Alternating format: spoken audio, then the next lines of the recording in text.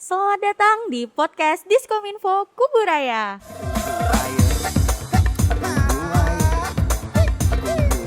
Oke, selamat siang. Jadi di hari Rabu tanggal 13 Januari kita lagi kedatangan tamu yang istimewa yang pastinya lagi dicari-cari karena tentang kebijakan vaksin. Nah, sekarang di sebelah saya ada Bapak Haji Marijan SPDMK selaku Kepala Dinas Kesehatan Kabupaten Kuburaya. Selamat siang, Pak. Selamat siang.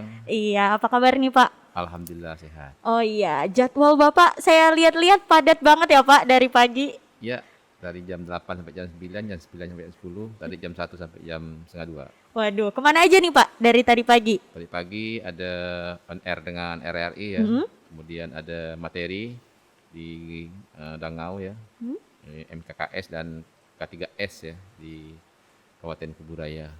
Oke, berarti habis ini mungkin Bapak lagi sibuk lagi? Ya, ada jadwal untuk melihat ya kegiatan persiapan untuk besok Oke, di hari 14. ada apa sih, Pak, di tanggal 14 Januari besok nih? Itulah hari-hari yang ditunggu oleh masyarakat Kabupaten Kuburaya.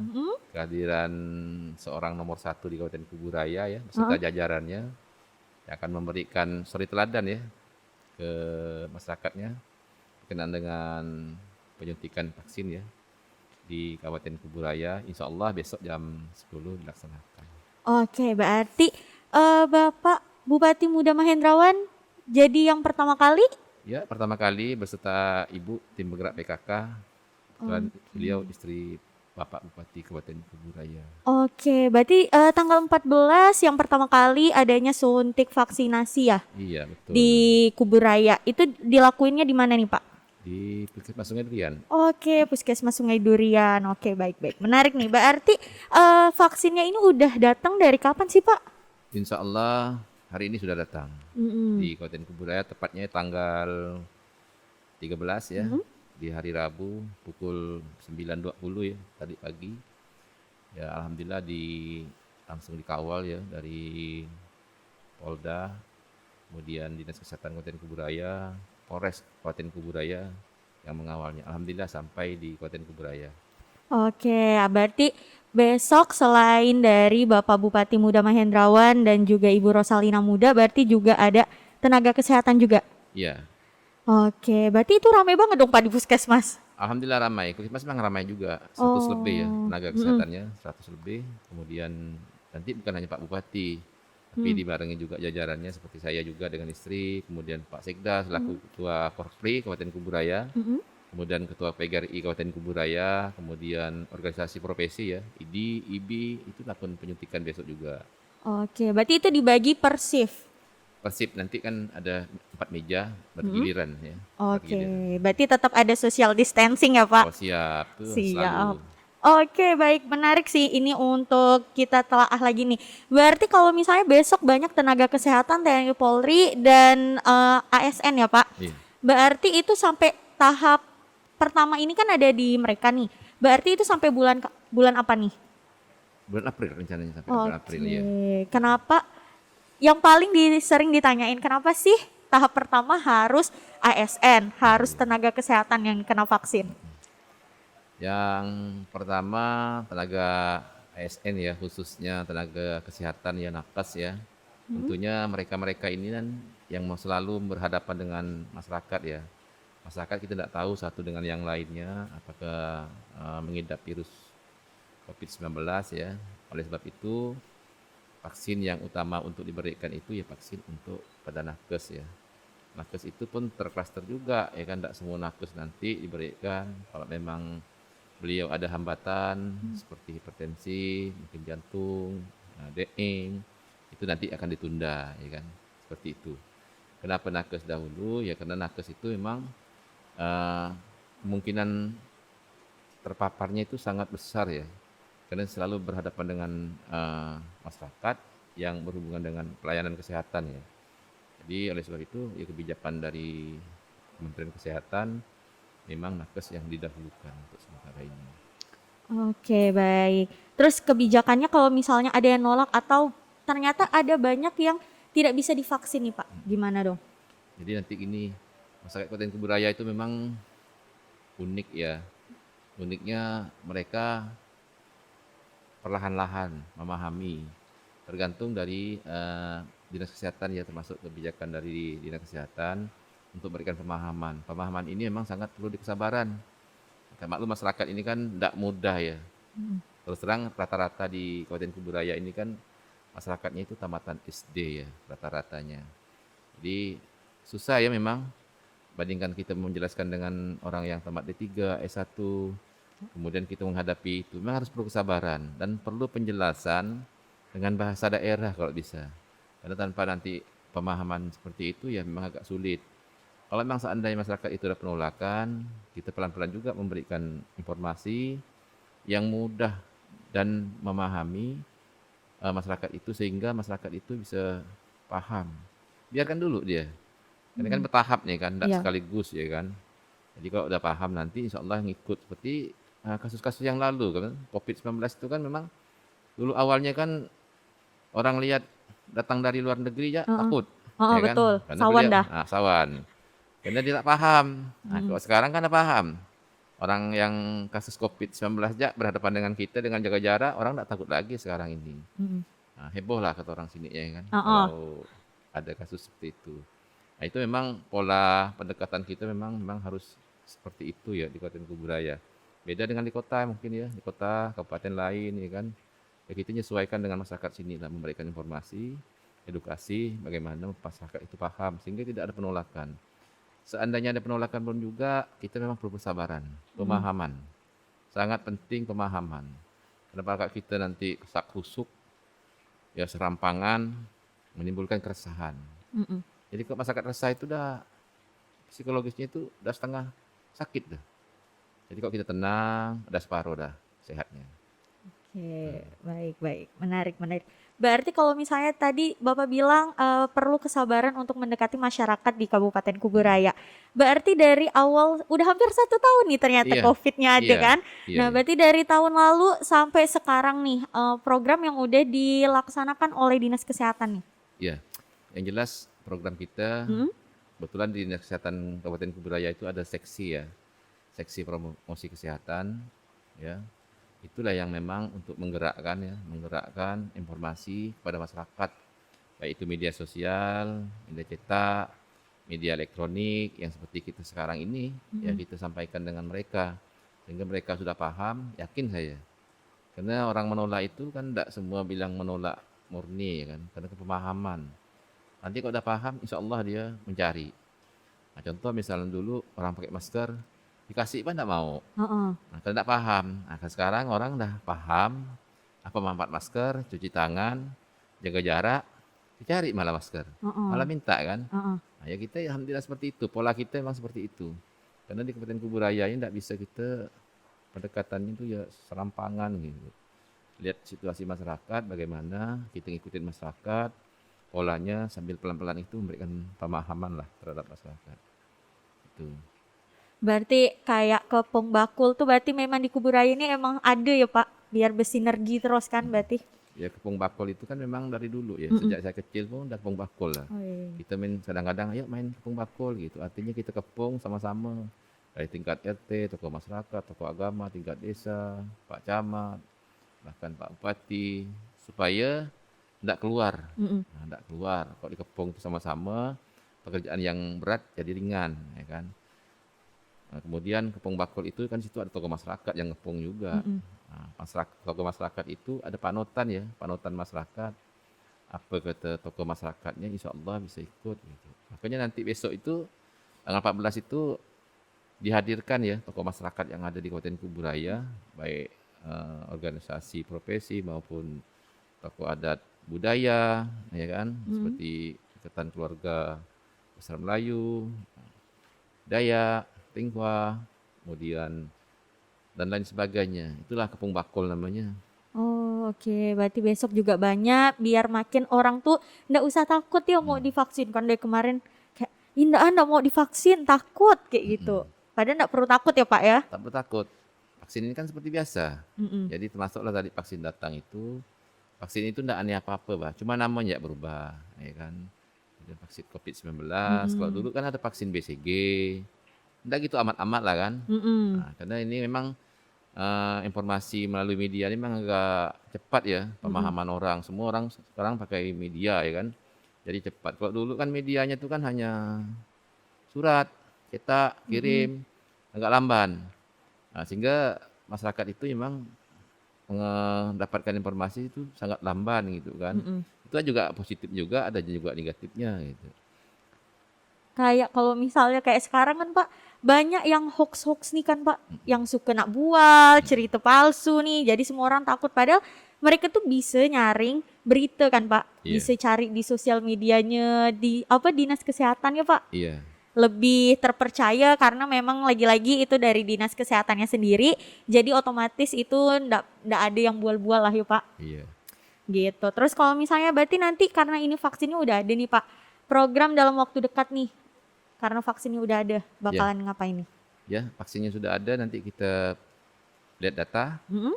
Data itu berapa sebarannya ke puskesmas, rumah sakit. Karena rumah sakit kita ada 4 ya. Rumah sakit di Kabupaten Kuburaya itu lihat. Karena vaksin ini kan sesuai dengan by name, by address, ya kan. Dan mendapatkan SMS ya dari BPJS bahwa saudara akan mendapatkan vaksin. Itu nanti sesuaikan dengan data yang sudah ada. Kemudian data yang sudah ada misalnya contoh di puskesmas, di rumah sakit itu sekian, ya kita kira dikirimnya jumlah sekian itu gitu. Oh, berarti Hasilnya. ndak kurang ndak lebih Pak? Nggak kurang, nggak lebih. Karena di situ ada by name, by address, si A, si B itu data tertera di situ gitu. Kita sebenarnya bisa ndak sih Pak daftarin diri kayak saya nih, saya mau divaksin gitu. Bisa. Oh bisa. Nah, karena situ ada sistem ya. Sistemnya itu nanti ya itu melalui kalau kesehatan itu melalui Piker ya, ada memang sistemnya. Jadi tidak bisa kita melalui media lain ya kan. Nah, situ ada nanti mengisi format ya. Kalau memang format itu nanti diisi sesuai dengan apa yang didapat, riwayat penyakit, ya itu nanti sistem itu akan berjalan dengan sendirinya, menyeleksi apakah bisa atau tidak gitu kan. Dari situ udah mulai seleksi dah. Oke, menarik menarik. Terakhir nih Pak, pesan dari Bapak untuk masyarakat di Kabupaten Kuburaya nih tentang COVID-19 dan juga vaksin yang baru lagi heboh. Jadi pesan saya ya, khususnya untuk masyarakat Kabupaten Kuburaya ya. Jadi tidak lupa kita sementara belum ada vaksin menyeluruh kepada masyarakat, ya kita masker inilah vaksin yang pertama. Masker, jaga jarak, kemudian cuci tangan dan menanjakkan imunitas ya. Oke. Itu yang vaksin yang pertama sebelum vaksin ini merata kepada masyarakat Kabupaten Kuburaya. Karena di Kabupaten Kuburaya itu ada 300-an ribu lebih ya yang akan sasaran vaksin dari umur 18 sampai 59 tahun. Ini sasaran kita nanti ini. Tapi untuk sementara sasaran kita ini hanya 2045 orang ya di Kabupaten Kuburaya, khusus nakes ya. Tapi kalau dengan masyarakat itu ada 300-an lebih masyarakat Kabupaten Kuburaya. Oke, baik Pak. Terima kasih ya Pak Marijan sudah Sama-sama. berkenan hadir. Iya. Sehat-sehat Bapak. Amin. Iya, Makasih. semoga besok kita ketemu di tanggal 14 Januari karena akan ada vaksin pertama untuk Bupati Kuburaya. Ya Pak.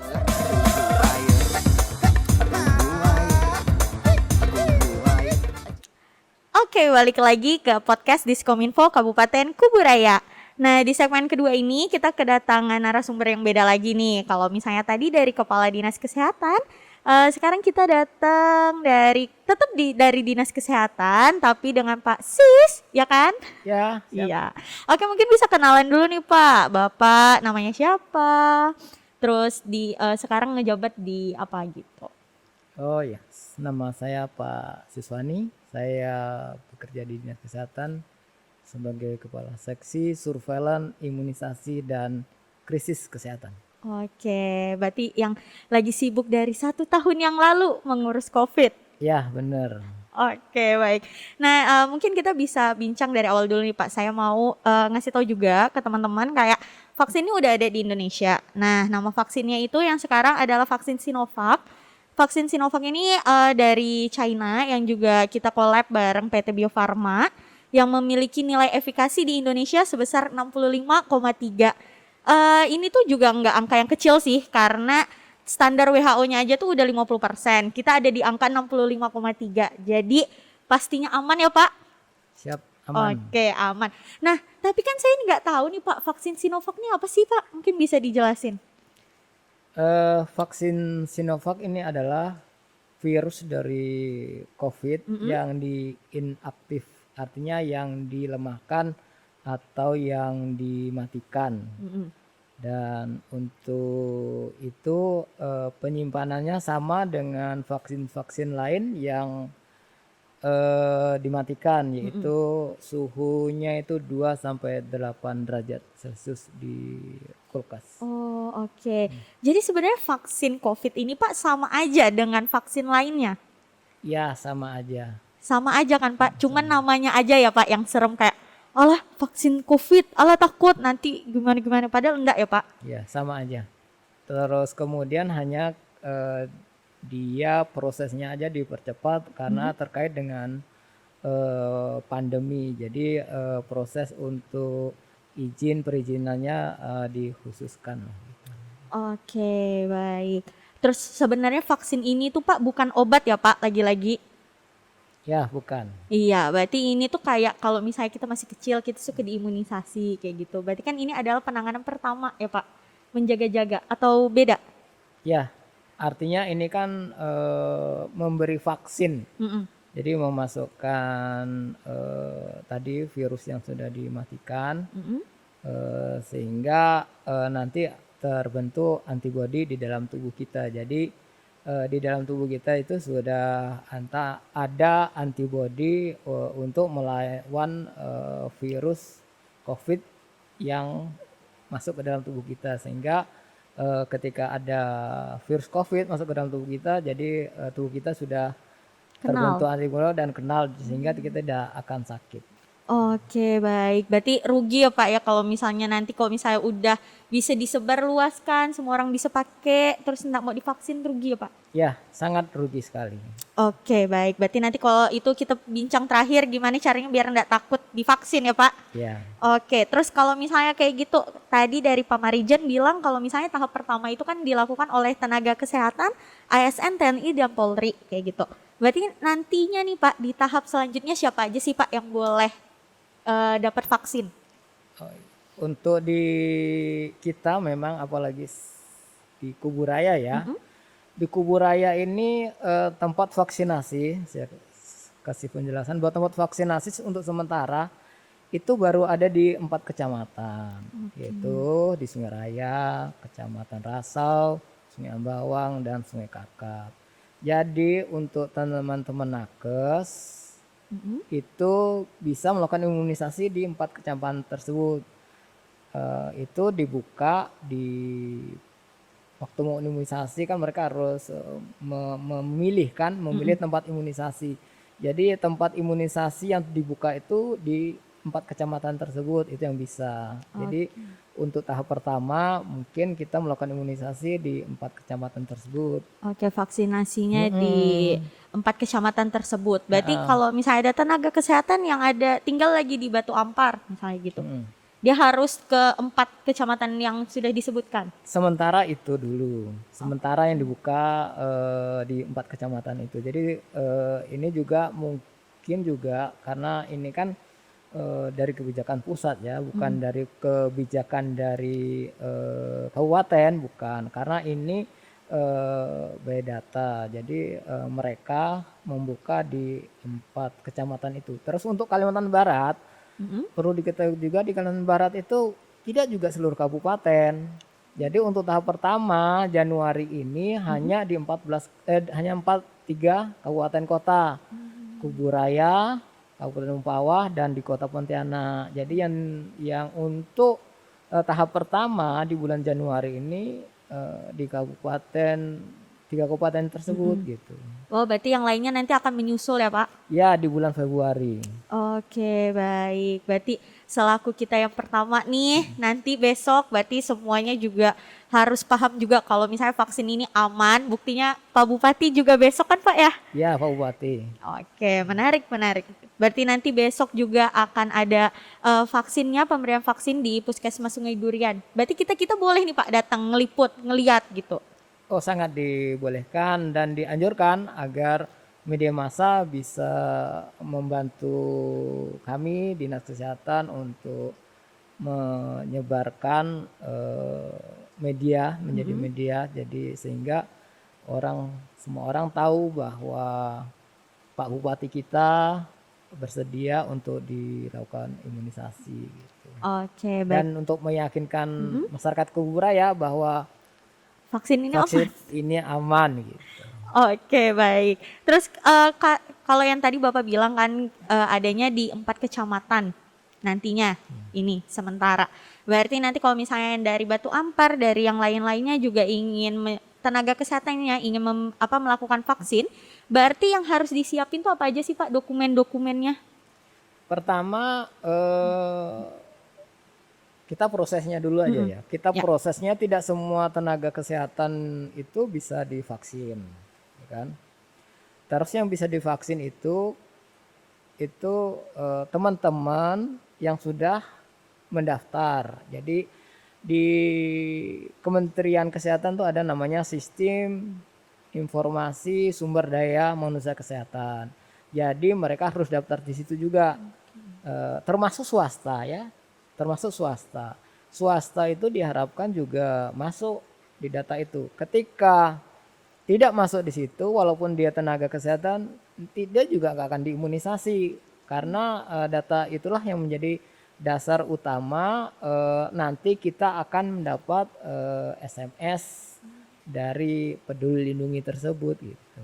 Oke, baik Pak. Berarti kalau misalnya tadi Bapak sebutkan ada juga yang akhirnya tidak bisa melakukan vaksin kan Pak? Ya, Berarti itu ada kriteria lagi kenapa mereka nggak boleh atau tidak, belum bisa. ya ada. Jadi nanti itu ada beberapa penyakit yang memang tidak bisa atau ditunda kan.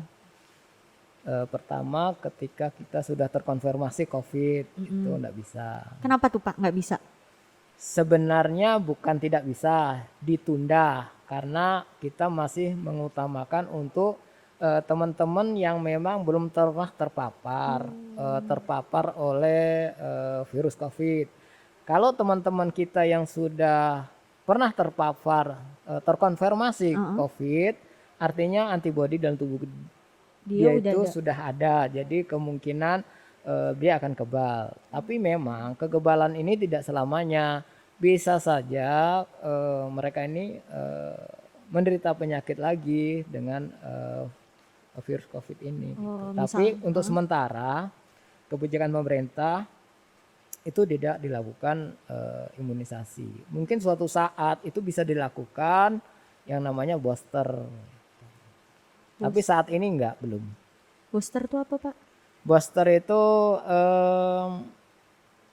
imunisasi tambahan Oh, oke. untuk imunisasi penguat. Oke, kalau nggak salah nih Pak, saya pernah baca nih.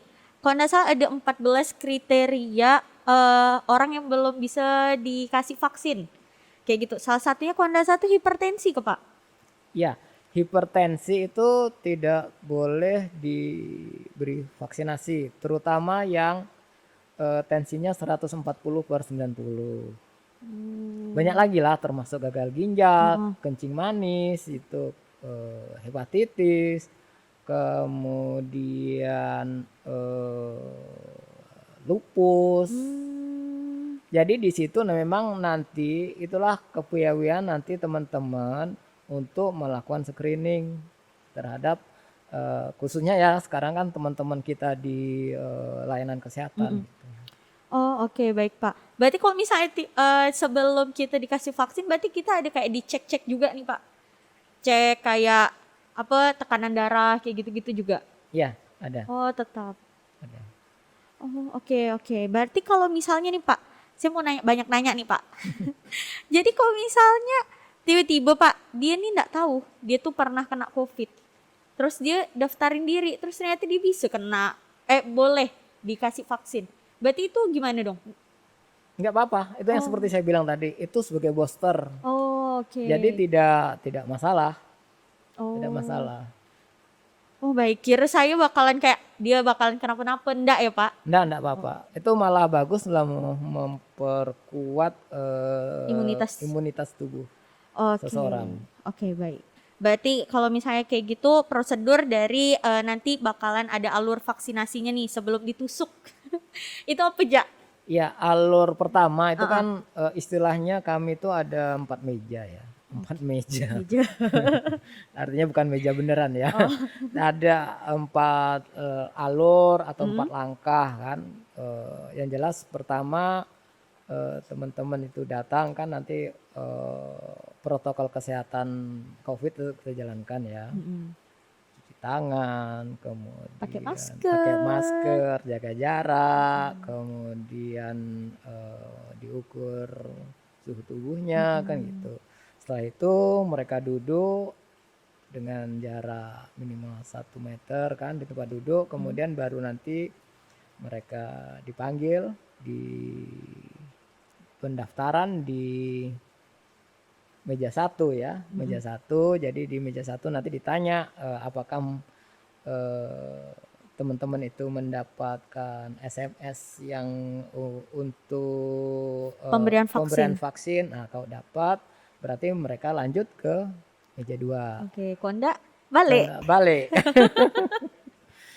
Oke, gitu. terus di meja 2. Nah, di meja 2 itu dilakukan tensi, kemudian diukur suhunya lagi. Kemudian yang utama dilakukan screening nanti. Jadi bukan 14 pertanyaan, adalah 16 pertanyaan. 16. 16. Jadi 16 itu ketika jawabannya salah satu Tidak. tidak, berarti pulang. Waduh, banyak seleksinya. Jadi banyak seleksi. Kenapa demikian? Karena begini,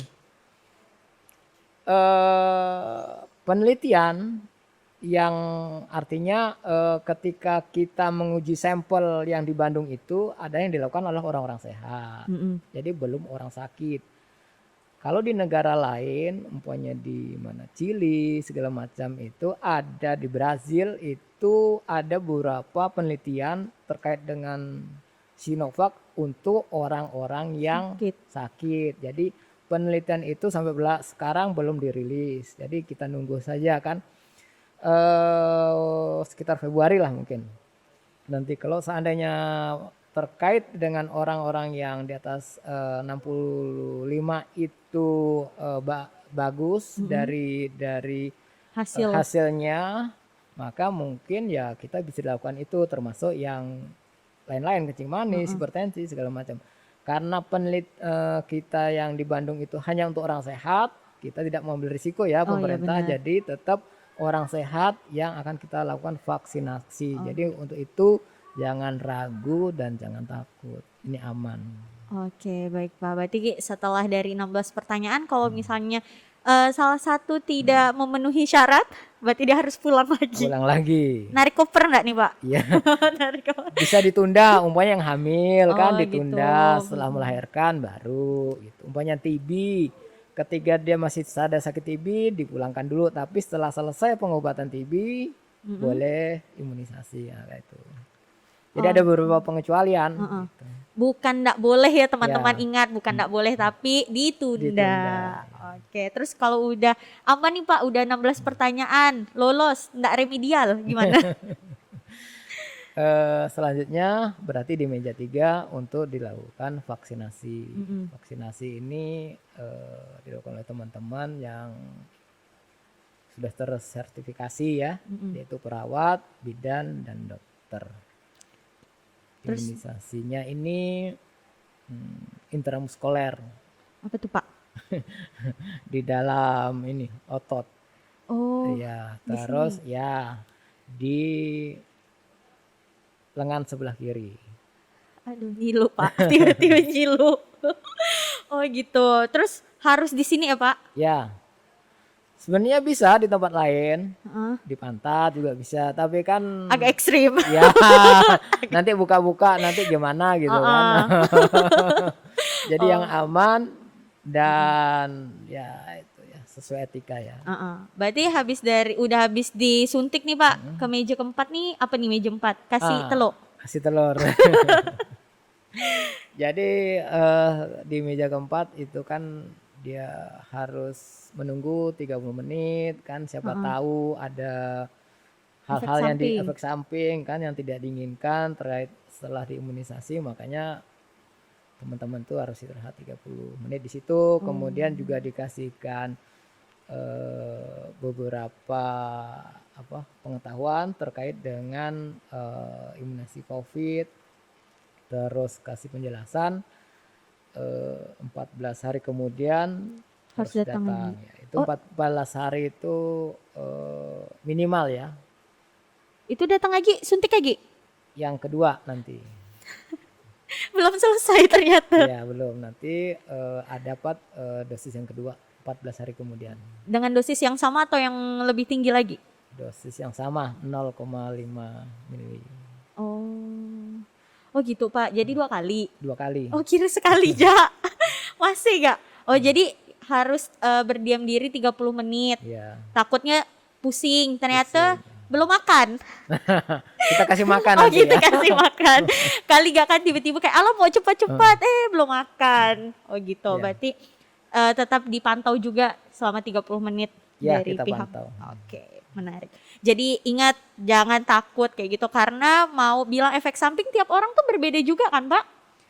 Ya, setiap orang berbeda. Ada yang mungkin bisa jadi setelah diimunisasi mungkin ada sakit ya. Sakit itu kan biasa lah, kalau diimunisasi pasti sakit ya, namanya juga Oh, ada barang dilubangin ya. masuk. Dilubangin. Sawan dia, Pak. Sawan. Ya, Oh, jadi tiap orang tuh beda-beda juga. beda-beda. Sama aja dengan kita makan udang aja lah. Ada yang makan udang kan bisa alergi, merah-merah, bentol-bentol kan. Kayak gitu juga dengan vaksin. Tergantung kan, Pak. Ya. Kalau misal orang udah takut dari awal bisa jadi gak kita tuh sakit tuh bukan gara-gara vaksin tapi sawannya gitu. Sawannya bisa. Oke. Terus kalau misalnya kalau kayak gitu berapa lama sih Pak pemantauan efek samping dan pemberian vaksin? Misalnya udah 30 menit nih, dia baik-baik ya. Sekali balik ke rumah, tak ada nyaman badan, segala macam. Itu kita suruh biarkan atau setelah 3 hari dia masih demam baru disuruh kemana ke atau gimana? Oh ya betul. Maka setelah 30 menit itu kita edukasi, kemudian apabila di rumah mempunyai gejala umpamanya demam, kemudian ada ya di perasaan tidak enak, itu akan dikasih kontak personnya dari puskesmas. Jadi yang bertanggung jawab di puskesmas itu siapa? Jadi teman-teman nanti yang setelah melakukan imunisasi akan dikasih kontak person penanggung jawab di puskesmas masing-masing atau di rumah sakit kan. Oh, jadi boleh melakukan pengaduan ya Pak? Boleh. Boleh curhat, tapi curhat masalah habis vaksin kan Habis Pak? vaksin ya. Jangan curhat yang lain kayak gitu. Oke, berarti kalau misalnya kayak gini nih, balik lagi nih, banyak benar masyarakat yang masih takut nih Pak.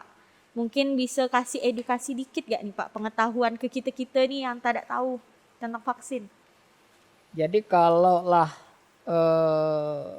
masyarakat itu takut itu wajar, saya kira wajar, dan itu hal yang wajar. Kenapa? Karena barang ini imunisasi baru, penyakitnya baru, yang dulunya ndak ada jadi ada.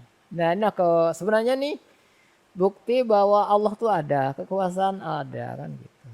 Kita nggak tahu kan barang ini dapat dari mana kan. Nanya ahli ndak ada yang tahu mereka. Tiba-tiba ada aja penyakit ini. Dan Allah udah bilang juga kan bahwa itu akan ada obatnya juga kan. Nah, jadi percayalah, yakinlah bahwa imunisasi aman, terus kemudian untuk masyarakat ya, karena untuk masyarakat mendapat imunisasi ini masih lama. Lama artinya tuh kurun waktunya itu bukan sehari 2 hari. Iya, karena bisa berbulan ya. Karena sampai tahun 2002 kan imunisasi ini. 2020 berapa? 2022 ya. Oh 2022. Alah saya kebagian dah nih. Nah kan 2022. Jadi yang utama ya kita harus yakin bahwa imunisasi ini bagus dengan efikasi tadi 65, kemudian kalau di negara lain kayak Brasil itu 92%, kan lebih tinggi. Dan ketika kita belum dapat vaksinasi ya kita kembali lagi itu Protokol protokol kesehatan. kesehatannya harus kita lakukan dan gitu. Ketika protokol kesehatan kita lakukan, artinya mohon maaf ya, perekonomian juga harus bisa berjalan kan begitu. Jadi jangan sampai ketika ini ada COVID, kemudian perekonomian tidak bisa berjalan, kan kasihan juga kan. Ya kasihan kita juga, masyarakat kita juga kan begitu. Oke, berarti ingat ya masih lama nih buat kalian yang bisa dapetin vaksin kayak gitu. Jadi yang harus dilakukan, kok sekarang tuh kok di Kuburaya tuh kok nasa 4M+1 lah. Ada plus satunya Ya. dari Pak Bupati. Menanjakan imunitas kan Pak. Ya betul. Makan yang enak-enak ya kan Pak. Nggak usah stres kan. Stres tuh bisa menurunkan itu juga kok Pak, imun kita tuh. Imunitas betul, makanya harus bahagia. Harus bahagia guys. Ya, kan? Itu kan Pak Bupati juga. Tapi memang bahagia tuh tidak identik dengan uang ya. Ketemu sama Bapak ya saya bahagia Pak. Amin. Jadi itu yang harus kita yakinin, bahagia bukan diidentikan dengan uang. Wow. Oke, baik. Berarti jangan stres karena ternyata kata bapaknya bisa nurunkan imunitas kita kayak gitu. Percuma ya pakai masker kok galau. Siap. Aduh. Oke, kalau kayak gitu Pak. Terus menarik nih Pak. Berarti kalau kayak gitu data sebaran COVID sejauh ini Pak dari tahun lalu sampai tahun ini udah setahun nih kan? Iya. Berarti di Kuburaya nih menurun ke atau stagnan kah atau gimana nih? Kalau kita lihat dari data yang ada, untuk bulan Oktober November itu memang ada peningkatan. Terus Desember Januari ini penurunannya sangat bagus. Mudah-mudahan ini bisa berjalan terus ya. Dan terutama itu tadi kita kembali ke protokol kesehatan dan ekonomi tetap berjalan itu. Biar zona hijau lagi ya Pak ya. Ya. Kan deg-degan kok udah oranye nih kayak alamak mau ke mana nih? Mau ke hijau ke mau ke merah. Oh gitu. Berarti kalau kita mau tahu data sebaran COVID yang ada di Kuburaya nih kita harus cek kemana sih Pak? Di Kominfo kan ada. Oh di Kominfo ada berarti satu datanya dari Dinas Kesehatan kan Pak? Iya. Tiap hari berarti Pak tiap data hari ada. sebaran tuh ada. Tiap hari ada dan kita terus mengupdate-nya. Jadi biar data sebaran COVID tuh ada di Kominfo sama di Dinas Kesehatan. Jadi kalian tuh bisa cek, tapi jangan cuma cek ya. Bikinlah kita tuh takut kayak alah dikit lagi udah mau selesai COVID-nya di Kuburaya. Jadi agak tahan-tahan kalau yang mau jalan kan Pak. Ya harus. Lagi hujan nggak Pak? Nggak usah jalan kan Pak? Mending di rumah ngapain Pak? Minum teh. Minum teh, ngopi. kan. Ngopi, makan pisang goreng. Ya. Sedap emang Pak. Berarti Bapak abis ini mau kemana nih? Habis ini kemana pulang ke rumah? Mau pulang ke rumah. Kira Bapak mau balik lagi ke puskesmas, sibuk-sibuk lagi. Enggak lah ya. Sebenarnya ada untuk cek yang besok. Setelah dibersihnya. Oh gitu. Berarti enggak perlu yang kayak saya harus puasa buat divaksin, enggak perlu kan Pak? Oh ya, Oh harus. seharusnya malah makan. Oh makan. Kali enggak tidak makan. Jadi sebaiknya ya nih, sebaiknya ketika teman-teman mau imunisasi, sebaiknya makan dulu. Jadi makan, kemudian kalau dengan makan kan enak, kondisi badan kita sehat, terus intinya kata Mbak tadi nggak usah stres, kan? Takut darah naik pula Ya, kan? ke darah naik kan stres, kan itu yang bisa menimbulkan tadi itu kejadian ikutan pasca imunisasi yang tidak diinginkan. Oke, berarti kalau makan jengkol sebelum vaksin boleh enggak Pak? Boleh, cuma kasihan nanti itu bau. Kasihan tenaga Kasihan yang kesehatan. imunisasi. Oh jadi makan yang aman-aman ya lah ya Ya, Pak. makan sehat lah. Oke siap. Yang pula makan sate depan puskesmas nak ada tukang sate gak kan Pak? Ada. Oke, Makan baik. bubur saja, bubur Jakarta. Oh, asik. Bubur Jakarta. Bapak tim diaduk kan enggak diaduk? Makan bubur. Diaduk ya. Oh, sama Pak gitu. Berarti kita satu tim. Oke, menarik kalau kayak gitu. Berarti nanti tanggal 14 besok bakalan ada vaksin di Kabupaten Kuburaya, tepatnya di Puskesmas Sungai Durian nih. Jadi buat kalian yang mau tahu gimana sih proses vaksin, nanti kalian bisa cek di Dinas Kesehatan, juga ada di Kominfo dan media-media lainnya. Jadi jangan percaya cerita bual ya Pak, kok kata Iya. orang. Cari informasi yang terpercaya dari dinas-dinas terkait ataupun media-media yang udah ternama kayak gitu. Nah, mungkin segitu aja cerita kita podcast hari ini tentang vaksin. Apa sih vaksin, dan akhirnya saya mengajak bapak-bapak dari Dinas Kesehatan yang lebih apa ya namanya, lebih berkompeten lah buat jelasin kan tentang vaksin dan lain-lainnya kayak gitu. Terus buat teman-teman yang mau kita berbincang sama siapa dan tentang apa, bisa komen di tempatnya kita nih kayak gitu, di Diskominfo Kuburaya. Kalian maunya kita bahas apa lagi? Jadi vaksin udah ada, tetap patuhi protokol kesehatan kayak gitu. Jadi terima kasih Bapak, sehat-sehat. Ingat Pak, jangan makan jengkol, Iya. makan bubur ja. Siap. Pak siapa tadi ini saya? Pak Sis. Oh, Pak Sis. Oke, terima kasih Pak Sis. Terima kasih. Iya, jadi kita ketemu di podcast Diskominfo Kabupaten Kuburaya selanjutnya. Assalamualaikum.